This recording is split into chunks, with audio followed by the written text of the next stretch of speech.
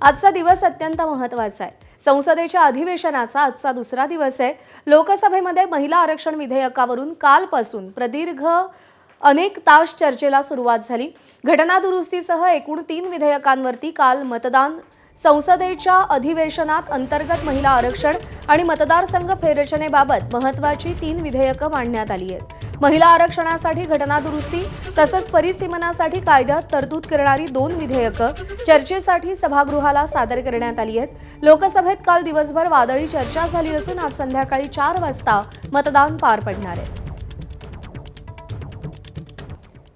महिलांना 33% आरक्षण नव्या जनगणनेशिवाय 2011च्या जनगणनेच्या आकडेवारीनुसार लागू करण्यासाठी घटना दुरुस्तीवर लोकसभेत चर्चा सुरू आहे।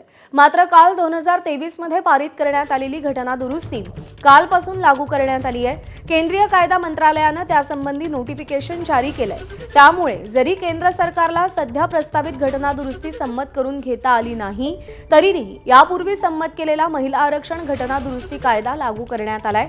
फक्त त्यासाठी 2029च्या लोकसभेत 33% महिला आरक्षणाची अंमलबजावणी करण्यासाठी केंद्राला 2029 आधी जनगणना पूर्ण करावी लागेल।